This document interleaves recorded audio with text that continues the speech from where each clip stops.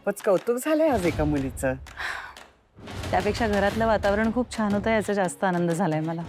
पण तरीही तू चूक केलेली पुसली जाणार नाही. म्हणजे आईंच्या बाबतीत इतका हलगर्जीपणा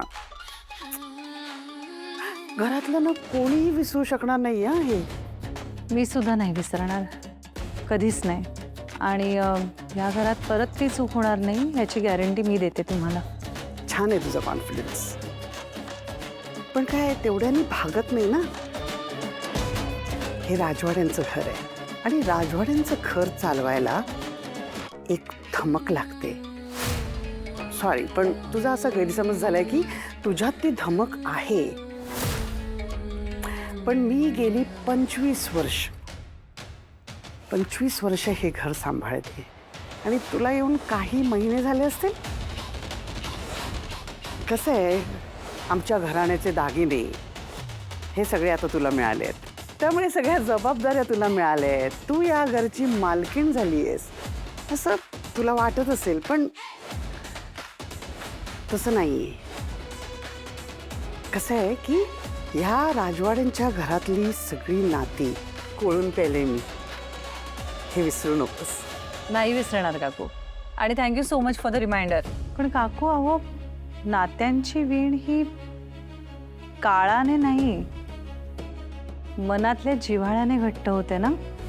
किती वर्षांची सोबत आहे ह्याने नाही, आपण एकमेकांना किती साथ दिली, एकमेकांच्या अडीअडचणींना कसे एकत्र उभे राहिलो याने घट्ट होते.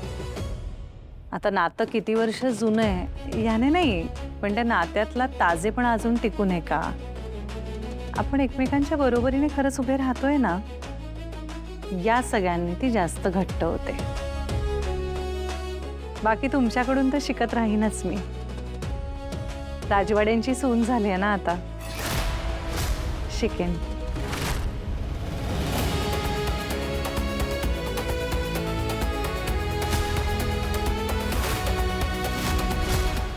अन्विषाने काही त्रास दिला? वेळेत पोहोचलात ना तुम्ही? बरं, हो हो, मी नंतर कॉल करते. हां हां. ताई, देवाने काही स्पेशल ट्रीटमेंट दिली आहे का आजीला? बनवतानाच स्पेशल बनवलंय का? एवढे उंच जिन्यावरून पडली तरी वाचली कशी काय ती? तू पडली असतीस तर तूही गेली असतीस ताई. अंशुमन, फॅक्ट आहे ताई, एका हेअरलाईन फ्रॅक्चरवर कशी काय सुटली ती?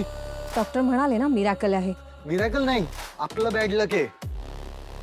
मरत का नाही ती? झाले ना 80 वर्ष. का अजून सगळं कंट्रोल हवाच आहे तिला? प्रॉब्लेम आजीमुळे नाही, दादा आणि स्वानंदीमुळे झालाय. तुला माहिती आहे अंशू, जिन्यावरून जेव्हा ती पडली ना, तेव्हा तिला इतक्या घाईने जर ट्रीटमेंट मिळाली नसती ना, तर झालं असतं सगळं.